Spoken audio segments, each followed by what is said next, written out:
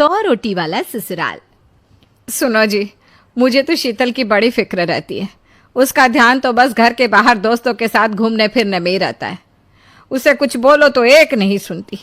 मैं तो कहती हूँ इसकी जल्दी शादी वादी करवा दो, वरना लड़की हाथ से निकल जाएगी। तुमसे ज़्यादा चिंता है मुझे शीतल की शादी की। कल ही वो रामपुर वाले मौसा जी को फ़ोन भी किया था। बता रहे थे एक लड़का है नज़र में। उनका अपना घर है और लड़का भी अच्छा है। अरे तो फिर बस बात चलाओ ना, एक बार देखे तो सही लड़का और घर बार कैसा है। कौन से लड़की की बात चल रही है यहाँ? तुम्हारी शादी की बात चल रही है बेटी। अब तुम्हारी शादी की उम्र हो रही है तो लड़का तो देखना पड़ेगा ना। उफ़ो, मुझे अभी नहीं करनी शादी वादी। ये तो मेरे खेलने कूदने के दिन है। बहुत खेल कूद ली तुम। अब घर के काम धाम सीखने की कोशिश करो, समझी? ससुराल जाकर हमारी नाक मत कटवा देना। सब्जी काटनी तो आती नहीं इसको, तो नाक ही कटवाएगी। अरे मैं इसे शादी तक अच्छे से सब सिखा दूंगी।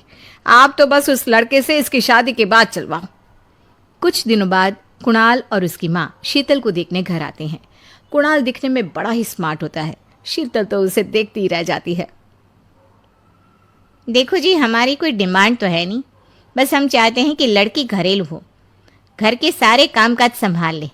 अब आपके परिवार में तो बस 3 ही लोग हैं, पर हमारा तो खूब भरा पूरा परिवार है। बाकी हमें लड़की के घूमने फिरने दोस्तों से मिलने से कोई दिक्कत नहीं है। घर का काम करने के बाद जो चाहे सो करे। अरे वाह, ये तो इतने बढ़िया लोग हैं। लड़का भी इतना स्मार्ट है और ऊपर से इन्हें मेरे घूमने फिरने से भी कोई दिक्कत नहीं है। हे भगवान, तूने तो बिना मांगे ही मुझे सब दे दिया। बताओ जी, और क्या चाहिए हमें? हमारी तरफ से तो रिश्ता पक्का है जी। बस फिर तो हंसी खुशी शीतल और कुणाल की शादी हो जाती है। शीतल मन ही मन बड़ी खुश होती है और उसी खुशी के साथ वो अपने ससुराल में कदम रखती है। आओ बहू, तुम्हारा अपने ससुराल में स्वागत है। ये मिलो अपने परिवार से। ये तुम्हारे ससुर जी, तुम्हारी ननद सुनीता और गीता, सुनीता के पति राजेश और उनके 2 बच्चे राजू और चिंटू। ये ना हमारे साथ यहीं रहते हैं। ये तुम्हारी दादी सास है और बाकी लोग अभी बाहर गए हुए हैं। इतने सारे लोग, ये सब यहीं रहते हैं इस घर में? अरे अभी तो मेरे देवर देवरानी और उनके 3 बच्चे यहाँ नहीं है। उसके मायके में भी शादी थी ना, तो बस वहीं गई है। कल तक आ जाएंगे। हे भगवान, ये घर है या धर्मशाला? ये सब एक साथ इस घर में कैसे रहते हैं?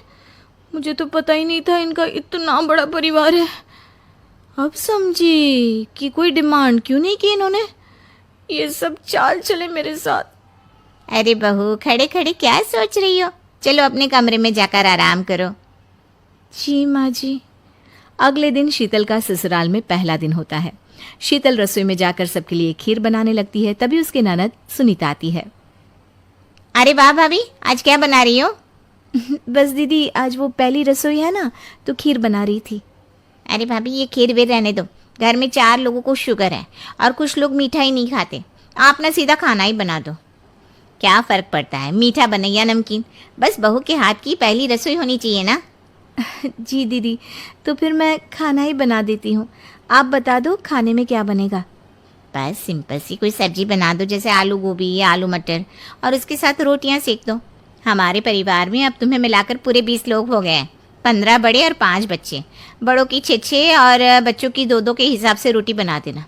चलो मैं चलती हूँ, सब देख लेना। हाँ, बड़ों की 6-6 रोटी मतलब कि 15 लोगों की 90 रोटियाँ, और बच्चों की 2-2 रोटी मतलब 5 बच्चों की 10 रोटियाँ। 90 और 10 मतलब कुल मिलाकर 100 रोटियाँ। हाय, मैं तो मर गई। 100 रोटी अकेले कैसे बनाऊंगी? माँ, ये तुमने मेरी शादी कहाँ कर दी? शादी से पहले तो मैंने कभी 4 रोटी से ज़्यादा नहीं बनाई। शीतल एक बड़ी सी परात में 100 लोगों के हिसाब से आटा निकालती है और उसे गूंथना शुरू करती है। आटा गूंथते गूंथते शीतल के पसीने छूट जाते हैं। उसके बाद बारी आती है रोटी बनाने की। शीतल एक एक करके रोटी बनाना शुरू करती है और 10 रोटी बनाते ही अपनी कमर पकड़ लेती है। हाय, मैं मर गई। मेरी कमर टूट गई खड़े खड़े, और ऊपर से इतनी गर्मी। मैं 100 रोटियां कैसे बनाऊंगी? अरे भाभी, सब बाहर रोटियों का इंतजार कर रहे हैं। जरा जल्दी जल्दी रोटी सेक दो। सब